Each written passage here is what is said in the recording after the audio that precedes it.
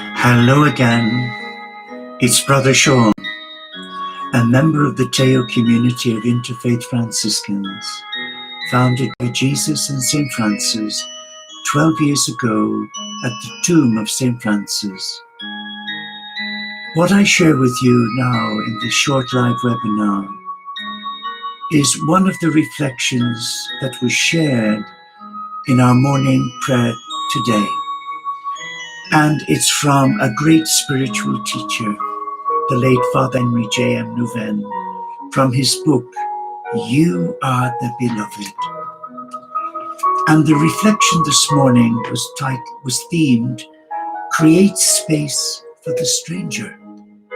Well, let me share with you what Father Henry shares with the heart. In our world full of strangers, estranged from their own past, culture and country, from their neighbors, friends and families, from their deepest self and their God, we witness a painful search for a hospitable place where life can be lived, a life lived without fear, and where community can be found.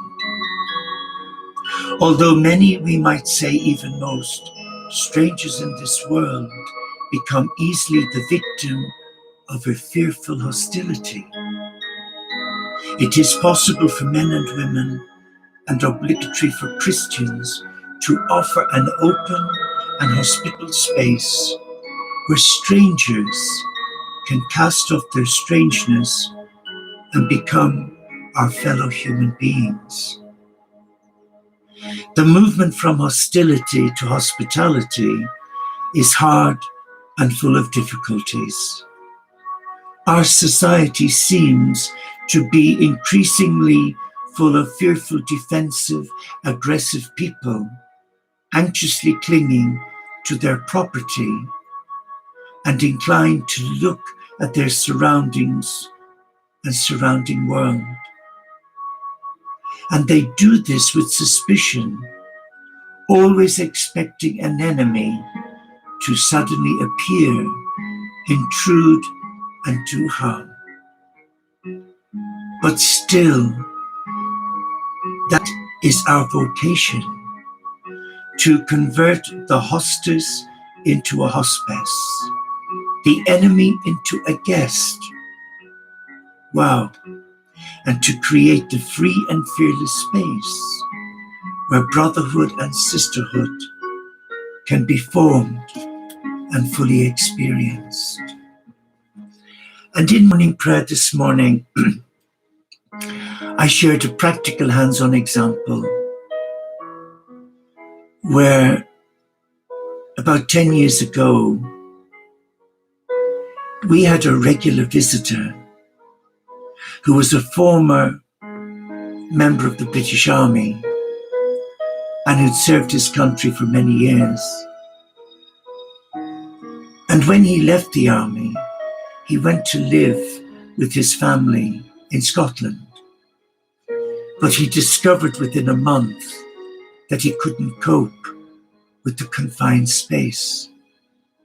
So he got on his bike and he became a wandering man of the road.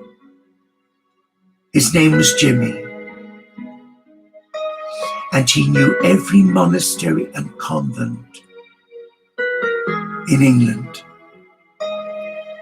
And one day he ended up coming to our door. And I just liked him straight away. He had that glint in his eye. He had a strong Glaswegian accent. I lost mine. Though I was born there, I was taken to Ireland at the age of 3 by my Glaswegian granny.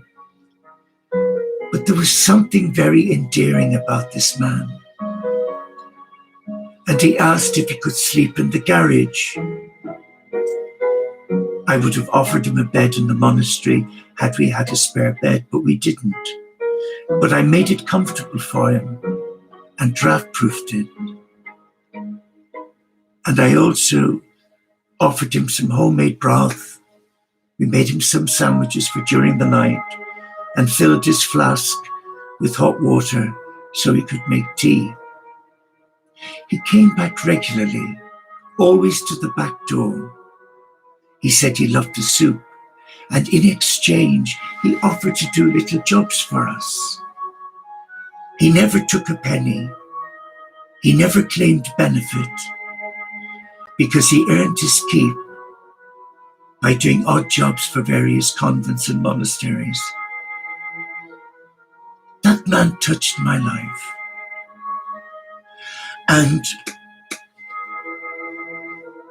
about 7 years ago, one of our community from America, one of our brothers, Brother Tom, heard the doorbell ring, and he knew I was busy in the kitchen preparing the Christmas dinner. So he answered it.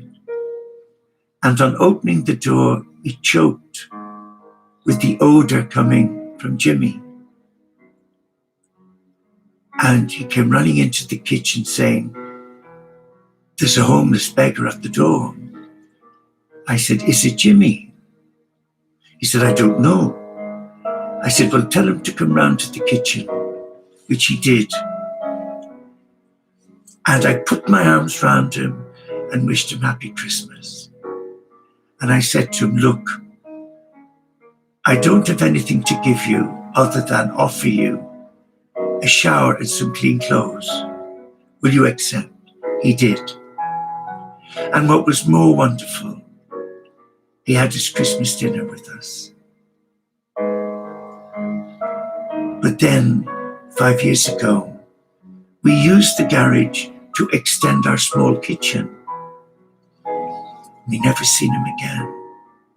And I often wonder how Jimmy is doing. He was a special man.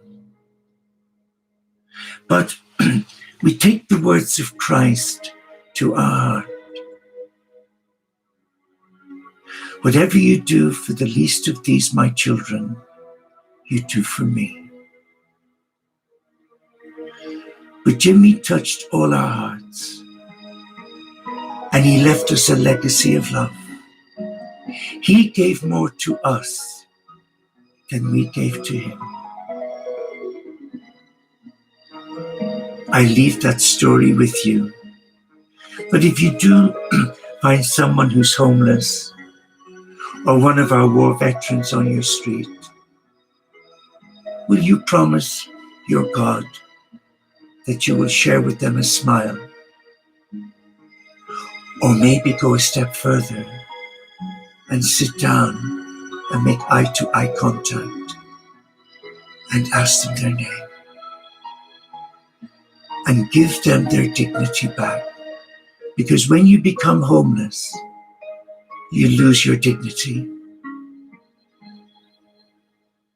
And that is a precious gift to share, because that homeless person could be Christ in disguise. Go in peace to love and serve your God. Namaste, Shalom, Inshallah, Paxet Bonum, OmShanti, Solo di Caritas, Salam Alaikum, and may the peace of your God reawaken in your heart that the Christ is within each one of us, even the homeless, even the war veteran. Thank you for taking part in this short video. And in the words of the great Saint Francis of Assisi, may your God reward you with many blessings. Amen.